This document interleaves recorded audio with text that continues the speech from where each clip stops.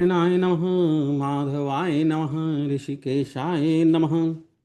अथ श्रीमहाभारतस्य द्वादश अधिकशततमोऽध्यायः। वैशम्पायन उवाच। तथा शान्तनवो भीष्मो राज्ञः पाण्डोर्यश्विनः विवाहस्यापरस्यार्थे चकार मतिमां मतिम्। सोमात्यैः स्थविरैः सार्धं ब्राह्मणैश्च महर्षिभिः बलेन चतुरंगेण ययौ मद्रापतेः पुरं। तमागतं भीश्रुत्य भीष्मं बाहलीकपुङ्गवः प्रत्युद्गम्यार्चयित्वा च पुरं प्रावेशयन् नृपः। दत्त्वा तस्यासनं शुभ्रं पाद्यमर्ध्यं तथैव च मधुपर्कं च मद्रेशः पप्रच्छागमनेऽर्थितां तं भीष्मः प्रत्युवाचेदं मद्रराजं कुरुद्वः आगतं मां विजानीहि कन्यार्थी नामरिन्दमं श्रूय ते भवतः साध्वी स्वसा माद्री यशस्विनी तामहं वरिष्यामि पाण्डुरर्थे यशस्विनीम् युक्तरूपो हि सम्बन्धे त्वं नो राजन् वयं तव एतत् सञ्चिन्त्य मद्रेश ग्रहाणास्मान् यथा विधि। तमेवं वादिनं भीष्मं प्रत्यभाषत मद्रपः न हि मे अन्यो वरस्त्वत्तः श्रेयानीति मत्तिर्मम पूर्वैः प्रवर्तितं किञ्चित् कुले अस्मिन् नृप सक्तमैः साधु वा यदि वा साधु तन्ना तिक्रान्तमुत्सहे व्यक्तं तद् भवतश्चापि विदितं नात्र संशयः न च युक्तं तथा वक्तुं भवान् देहिति सक्तम कुलधर्मः स नो वीर प्रमाणं परमं च तत् तेन त्वां न ब्रवीम्येतदसंदिग्धं वचोरिहन्। तं भीष्मः प्रत्युवाचेदं मद्रराजं जनाधिपः धर्म एष परो राजन् सम्युक्तः स्वयं मुक्तः स्वयं भुवा नात्र कश्चन दोषोऽस्ति पूर्वैर्विधिरयं कृतः विदितेयं च ते शल्य मर्यादा साधु सम्मताम् इत्युक्त्वा स महातेजाः शातकुम्भं कृताकृतं रत्नानि च विचित्राणि शल्या यादात सहस्रशः गजानश्वान् रथांश्चैव वासांस्याभरणानि च मणिमुक्ता प्रबालं च गाङ्गेयो व्यसृक्षुभम् ततः प्रगृह्य धनं सर्वं शल्य सम्प्रीतमानसः ददौ तां समलङ्कृत्य स्वसारं कौरवर्षभे सतां माद्रिमुपादाय भीष्मसागर गासुतः आजगां पुरीं धीमान प्रविष्टो गजसाह्वयम् तथा इष्टेहनि प्राप्ते मुहूर्ते साधु सम्मते जग्राह विधिवत् पाणिं माद्र्याः पाण्डुरन् राधिपः।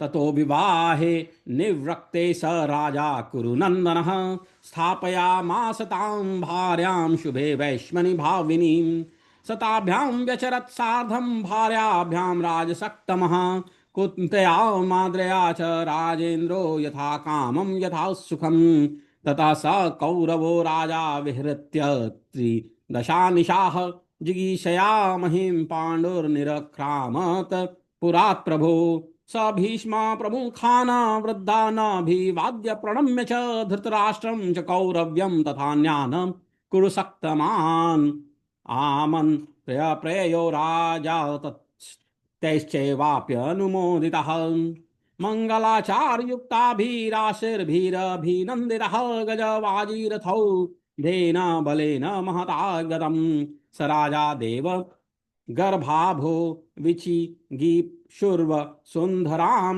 हृष्टपुष्टबलैः प्रायात् पाण्डुशत्रूननैकशः पूर्वमागस्कृतो गत्वा दशार्णाः समरे जिताः पाण्डूनां नरसिंहेन कौरवाणां यशो भृता तथा सेनापुपादाय पाण्डुर्नानाविध ध्वजां प्रभूतहस्त्यश्वयुतां पदाति रथसङ्कुलाम् आगस्कारी महीपानां बहूनां बलदर्पितः गोप्ता मगधराष्ट्रस्य दीर्घो राजगृहे हतः ततः कोशं समादाय वाहनानि च भूरिशः पाण्डुना मिथिलां गत्वा विदेहाः समरे जिताः।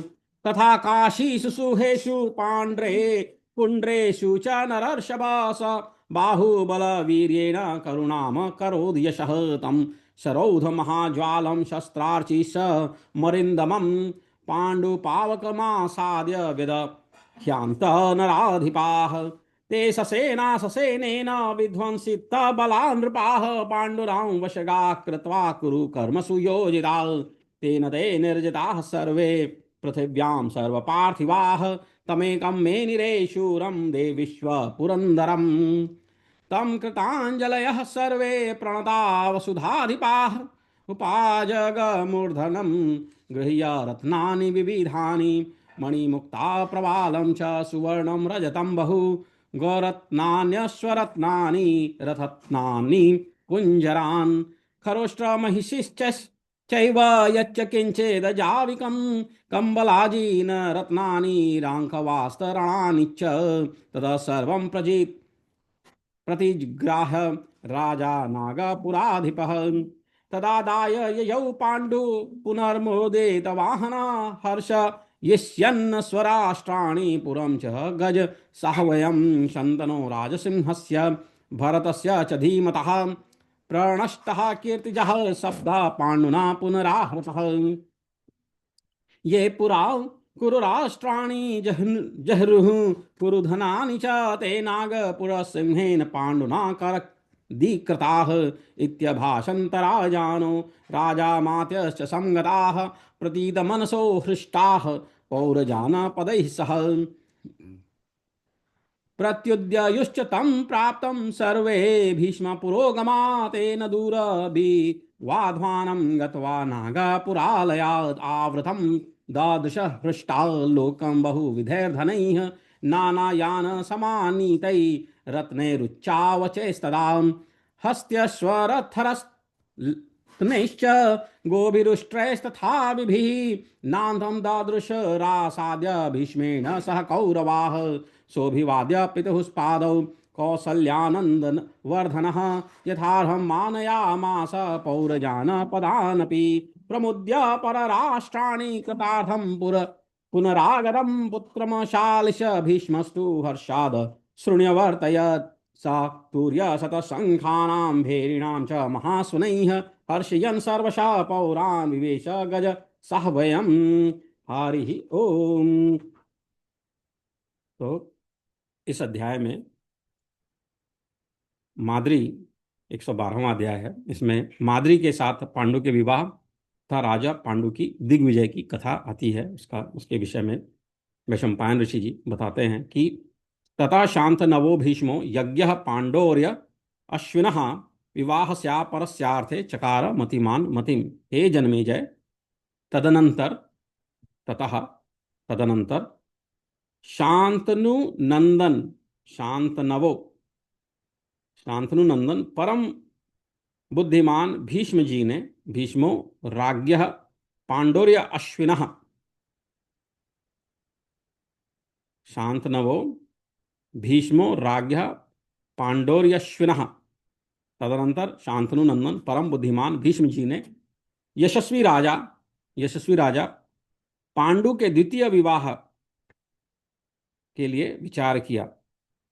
विवाहस्या परस्यार्थे चकार मतिमान मतिम। वे बूढ़े मंत्रियों ब्राह्मणों महर्षियों तथा चतुरंगिणी सेना के साथ मद्रराज के राजधानी में गए। सो अमात्यैः वे बूढ़े मंत्रियों स्थाविरैः सार्धम ब्राह्मणेश्च महर्षिभिः ब्राह्मणों महर्षियों और चतुरंगिणी सेना के साथ चतुरंगेण ययौ मद्रपतेः पुरम मद्रराज की राजधानी में गए।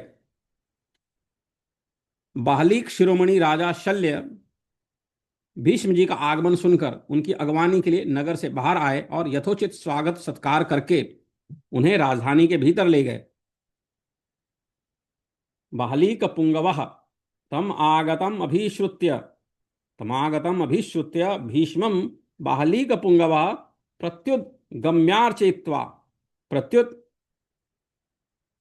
गम्यार्चयित्वा च पुरं प्रावेशयन् नृपः नृपः प्रवेशयन् नृपः। बहालिक शिरोमणि राजा शल्य भीष्म जी का आगमन सुनकर, उनकी अगवानी के लिए आगमन सुनकर, तमागतम अभिश्रुत्य, भीष्म जी का आगमन सुनकर उनकी अगवानी के लिए नगर से बाहर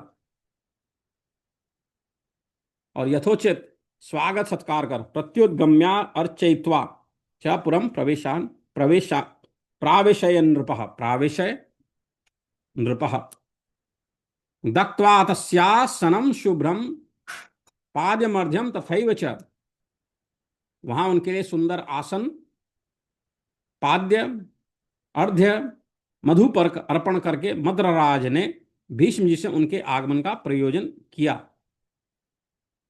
दत्त्वा तस्यासनम, उनको आसन दिया, शुभ्रम पाद्यम अर्ध्यम तथैव च मधुपर्कम च, मद्रेशः पप्रच्छ आगमनेर्थिकम, उनके आने का प्रयोजन पूछा, आने का कारण पूछा। पप्रच्छागमने अर्थिकम, तब कुरुकुल का भार वहन करने वाले भीष्म जी ने, कुरुकुल का भार वहन करने वाले भीष्म जी ने मद्रराज से इस प्रकार कहा कि शत्रु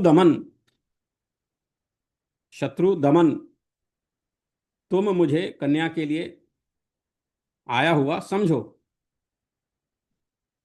तम भीष्म, तब भीष्म ने प्रत्युवाचेदम मद्रराजम कुरुद्वः आगतम माम बिजानीहि कन्यार्थीन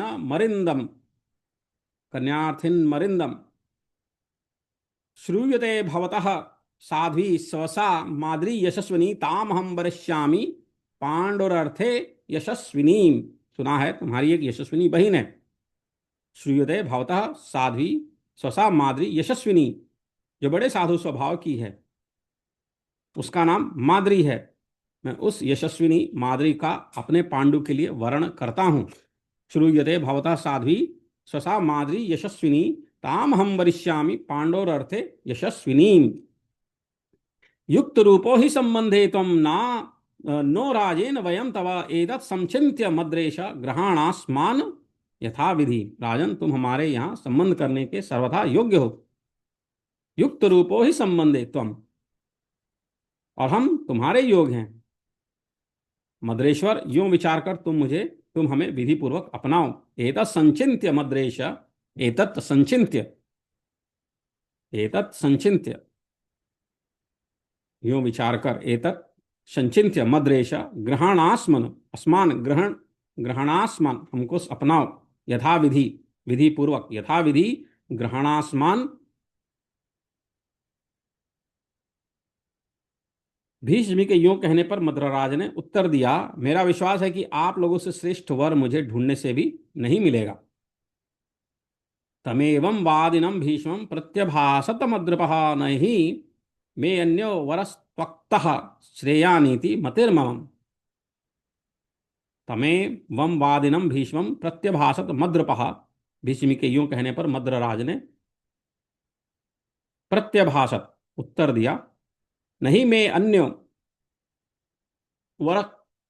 वरत्वक्तः श्रेयानीति मतिर्मम, मेरा विश्वास है कि आप लोगों से श्रेष्ठ, श्रेयानीति आप लोगों से श्रेष्ठ वर मुझे ढूंढने से भी नहीं मिलेगा। परंतु स्कूल में पहले श्रेष्ठ राजाओं ने कुछ शुल्क लेने का नियम चला दिया है। वह अच्छा हो या बुरा, मैं उसका उल्लंघन नहीं कर सकता। पूर्वैः प्रवर्तितं किंचित कुलेस्मिन् नृपसक्तमैः साधु वा यदि वा साधु तन्ना तिक्रांतमुत्सहे। पूर्वैः, पुराने काल में, पहले काल में, प्रवर्तितम शुरू किया, किंचित कुलेस्मिन्, कुले अस्मिन् नृपसत्तमे साधु वा यदि वा साधु, साधु हो या असाधु, अच्छा हो या बुरा हो, तन्ना तिक्रांतमुत्सहे व्यक्तम तद भवतश्चापि विदितम नात्र संशयः न च युक्तम तथा वक्तुम भवान देहिति सक्तम। यह बात सब पर प्रकट है, निसंदेह आप भी इसे जानते होंगे। साधु शिरोमणे, इस दशा में आपके लिए यह कहना उचित नहीं है कि मुझे कन्या दे दो। व्यक्तम तद भवतश्चापि विदितम नात्र संशयः, न च युक्तम तथा वक्तुम भवान देहिति सक्तम। वीर, वह हमारा कुल धर्म है और हमारे लिए वही परम प्रमाण है। शत्रु दमन, इसलिए मैं आपसे निश्चित रूप से यह नहीं कह पाता कि कन्या दे दूंगा। कुल धर्म सनो वीर प्रमाणम परमम च तत्, तेन त्वाम न ब्रवीम्ये तत् संदिग्धम वचो अहिरन। संदिग्धम, संदिग्धम वचो रिहन। तम भीष्मा प्रत्युवाचेदम, यह सुनकर रजनेश्वर भीष्म जी ने मद्रराज को इस प्रकार उत्तर दिया, इस प्रकार उत्तर दिया, इस प्रकार उत्तर दिया। यह सुनकर जनेश्वर भीष्म जी ने मद्रराज को इस प्रकार उत्तर दिया कि राजन, यह उत्तम धर्म है। स्वयं स्वयंभू ब्रह्मा जी ने इसे धर्म कहा है। तम भीष्मा प्रत्युवाचेदम मद्रराजम जनाधिप धर्म एष परो राजन स्वयं मुक्त स्वयं भुवा, नात्र कश्चन दोषोस्ति पूर्वैर्विधिरयं कृतः विदितेयं च ते शल्य मर्यादा साधु सम्मता। यदि तुम्हारे पूर्वजों ने इस विधि को स्वीकार कर लिया है तो इसमें कोई दोष नहीं है। नात्र कश्चन दोषोस्ति, न अत्र कश्चन दोषो अस्ति पूर्वैर्विधिरयं कृतः। शल्य साधु पुरुषों द्वारा सम्मानित तुम्हारे यह कुल मर्यादा हम सबको विदित है। विदितेयम, हमको विदित है। विदितेयम चते शल्य मर्यादा साधु सम्मता। यह कहकर महातेजस्वी भीष्म जी ने राजा शल्य को सोना और उसके बने हुए आभूषण तथा सहस्रों विचित्र प्रकार के रत्न भेंट किए। बहुत से हाथी, घोड़े, रथ, वस्त्र, अलंकार तथा मणि, मोती और मूंगे भी दिए। इत्युक्त्वा स महातेजाः, इत्युक्त्वा स महातेजाः शातकुंभं कृताकृतं रत्नानि च विचित्राणि शल्यायादात् सहस्रशः गजान श्वान रथांश्चैव वासांस्याभरणानि च मणिमुक्ता प्रवालं च गांगेयो व्यसरज जक्षुभम। वह सारा धन लेकर शल्य का चित्त प्रसन्न हो गया। उन्होंने अपनी बहन को वस्त्र भूषण से विभूषित करके राजा पांडु के लिए कुरुश्रेष्ठ भीष्म को सौंप दिया। तत् प्रगृह्य धनम सर्वम, तत् प्रगृह्य धनम सर्वम, वह सारा धन लेकर शल्य संप्रीत मानसा, चित्त प्रसन्न हो गया। ददौताम समलंकृत्य स्वसारम कौरव वर्षभ है, उन्होंने अपनी बहन को वस्त्राभूषण से विभूषित करके, समलंकृत्य स्वसारम करके राजा पांडु के लिए कुरुश्रेष्ठ भीष्म जी को सौंप दिया।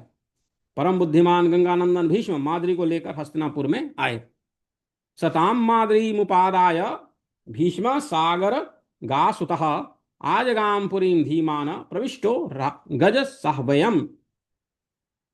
तदनंतर श्रेष्ठ ब्राह्मणों के द्वारा अनुमोदित शुभ दिन और सुंदर मुहूर्त आने पर राजा पांडु ने माद्री का विधि पूर्वक पाणी ग्रहण किया तथा इष्टेहनी प्राप्ते मुहूर्ते साधु सम्मते जग्राह विधिवत पाणी माद्र्याः पाणुर्नराधिपः।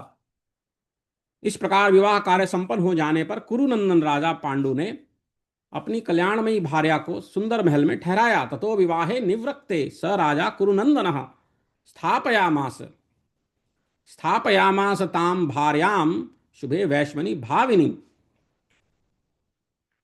ततो तब विवाहे निवृत्ते स राजा कुरुनंदनः स्थापयामास ताम भार्याम शुभे वैश्मनी भाविनी।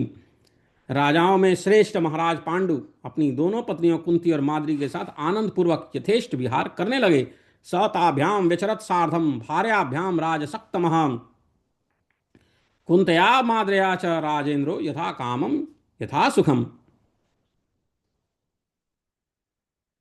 जन्मेजय, कुरुवंशी राजा पांडु 30 रात्रियों तक विहार करके समूची पृथ्वी पर विजय प्राप्त करने की इच्छा लेकर राजधानी से बाहर निकले। तथा स कौरवो राजा विहृत्य विहृत्य त्रिदशा निशाह, त्रिदशा 30 विहृत विहरण किया, विहार किया, विहृत्य त्रिदशा निशाह विहार करके विहृत्य। ततः स कौरवो राजा विहृत्य त्रिदशा निशाः जिगीषया महीं पाण्डुर्निरक्रामात् पुरात् प्रभो। जिगीषया महिम पाण्डुर्निरक्रामत् पुरात् प्रभो। उन्होंने भीष्म आदि बड़े बूढ़ों के चरणों में मस्तक झुकाया, कुरुनंदन धृतराष्ट्र तथा अन्य श्रेष्ठ कुरुवंशियों को प्रणाम करके उन सब की आज्ञा ली और उनका अनुमोदन मिलने पर मंगलाचार युक्त आशीर्वादों से अभिनंदित हो हाथी घोड़ों और रथ समुदाय से युक्त विशाल सेना के साथ प्रस्थान किया। स भीष्मा प्रमुखान वृद्धा न भी वाद्य प्रणम्य च धृतराष्ट्रं च कौरव्यम तथा न्यान कुरु सत्तमान आमंत्र्य प्रययौ राजा तेश्चैवाप्यनुमोदितः मंगलाचारयुक्ताभिराशिर्भिरभिनन्दितः गजवाजीरथौ धेन बलेन महता गमत्। स राजा देव गर्भाभो विजिगीषुर्व सुंदराम हृष्टपुष्ट बलैः प्रायात पांडु शत्रुननेकशः। राजा पांडु देव कुमार के समान तेजस्वी थे। स राजा देव गर्भाभो विजिगीषुर व सुंदराम, उन्होंने इस पृथ्वी पर विजय पाने की इच्छा से हृष्ट पृष्ठ सैनिकों के साथ अनेक शत्रुओं पर धावा दिया। हृष्टपुष्ट बलहि प्रायात पांडु शत्रु नेकशः। कौरव कुल के सुयश को बढ़ाने वाले मनुष्य में सिंह के समान पराक्रमी राजा पांडु ने सबसे पहले पूर्व के अपराधी दशारणों पर धावा करके उन्हें युद्ध में परास्त किया।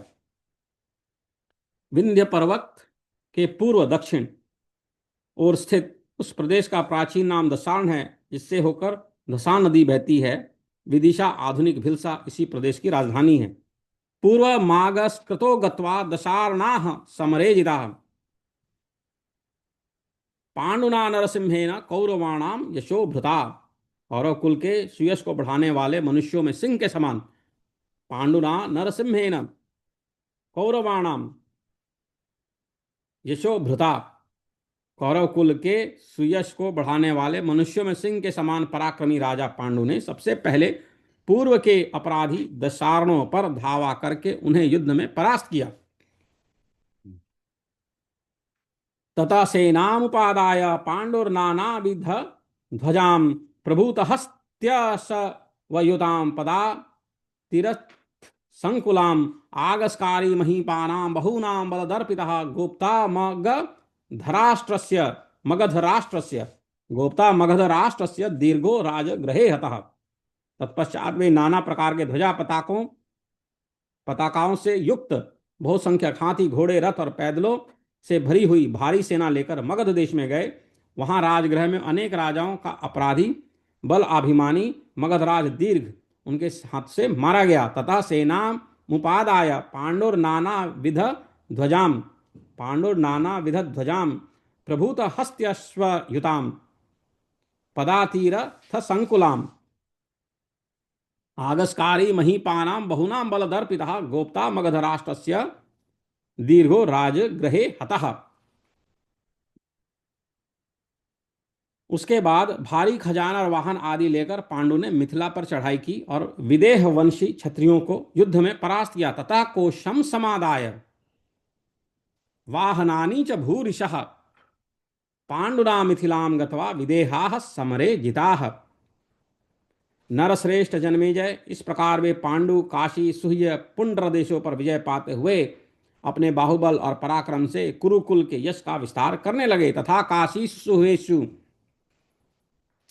पुंड्रेषु च नरर्षभा स्वबाहुबल वीर्येण करुणाम करोद यशः। उस समय शत्रुदमन राजा पांडु प्रज्वलित अग्नि के समान सुशोभित थे। बाणों का समुदाय उनकी बढ़ती हुई ज्वाला के समान जान पड़ता था। खड्ग आदि शस्त्र लपेटों के समान प्रतीत होते थे। उनके पास आकर बहुत से राजा भस्म हो जाते थे। तो राजा पांडु प्रज्वलित अग्नि के समान थे, बाण बढ़ती हुई ज्वाला के समान थी, खड्ग शस्त्र लपेटों के समान थे और उनके पास जो भी आता था वो भस्म हो जाता था। तम शरोध महाज्वालम शस्त्रर्चीश मरिंदमम पांडु पावकमा साध्य व्यदह्यंत नराधिपाः। सेना सहित ससेना राजा पांडु ने सामने आए हुए सैन्य सहित नरपतियों की सारी सेनाएं नष्ट कर दी और उन्हें अपने अधीन करके कौरवों के आज्ञा पालन में नियुक्त कर दिया। त ते ससेना ससेनेन विध्वंसित बलान् नृपाः पांडुना वशगा कृत्वा कुरुर कर्मसु योजिताः। तेन ते निर्जिताः सर्वे पृथिव्यां सर्व पार्थिवा तमेकं मे निरे शूरम देवश्व पुरंदरम। पांडु के द्वारा परास्त हुए समस्त भूपालगण देवताओं में इंद्र की भांति इस पृथ्वी पर सब मनुष्यों में एकमात्र उन्हीं को शूरवीर मानने लगे। भूतल के समस्त राजाओं ने उनके सामने हाथ जोड़कर मस्तक टेक दिया और नाना प्रकार के रत्न एवं धन लेकर उनके पास आए। तम कृतांजलयः सर्वे, तम कृतांजलयः सर्वे, उनके सामने हाथ जोड़कर मस्तक टेके। तम कृतांजलयः सर्वे प्रणता वसु धाधिपाः उपाजग्मुर्धनम गृह्य रत्नानि विविधानि च। राजाओं के दिए हुए ढेर के ढेर मणि मोती मूंगे सुवर्ण चांदी गोरत्न अश्वरत्न रथरत्न हाथी गधे गधे ऊंट भैंसे बकरे भेड़े कंबल मृग चर्म रत्न रंको मृग के चर्म से बनी हुए बिछौने आदि जो कुछ भी सामान प्राप्त हुए उन सबको हस्तिनापुराधीश राजा पांडु ने ग्रहण कर लिया। मणिमुक्ता प्रवालम च सुवर्णम रजतम बहु गोरत्नान्यश्वरत्नानि, गोरत्न अश्वरत्न गोरत्नान्य अश्वरत्नानि रथरत्नानि रथरत्न कुंजरान खरोष्ट्रमहिषिश्चैव यच्च किंचिद जाविकम कंबलाजीन रत्नानि रांकवास्तरणानि च तत्सर्वं प्रति जग्राह राजा नागपुराधिपः। वह सब लेकर महाराज पांडु अपने राष्ट्र के लोगों का हर्ष बढ़ाते हुए पुनः हस्तिनापुर चले आए। उस समय उनकी सवारी के अश्व आदि भी बहुत प्रसन्न थे। तथा तदादाय ययौ पांडु पुनर्मुदित वाहन हर्षयिष्यन् स्वराष्ट्राणि पुरम च गज साह्वयम्।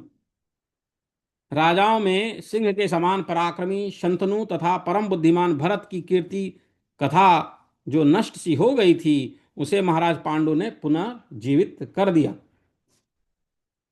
शंतनो राजसिंहस्य भरतस्य च धीमतः प्रणष्टः कीर्तिजः शब्दः पांडुना पुनराहृतः।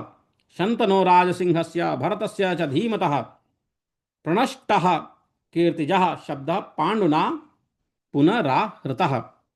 जिन राजाओं ने पहले कुरुदेश के धन और कुरु राष्ट्र का अपहरण किया था उनको हस्तिनापुर के सिंह पांडु ने करद बना दिया।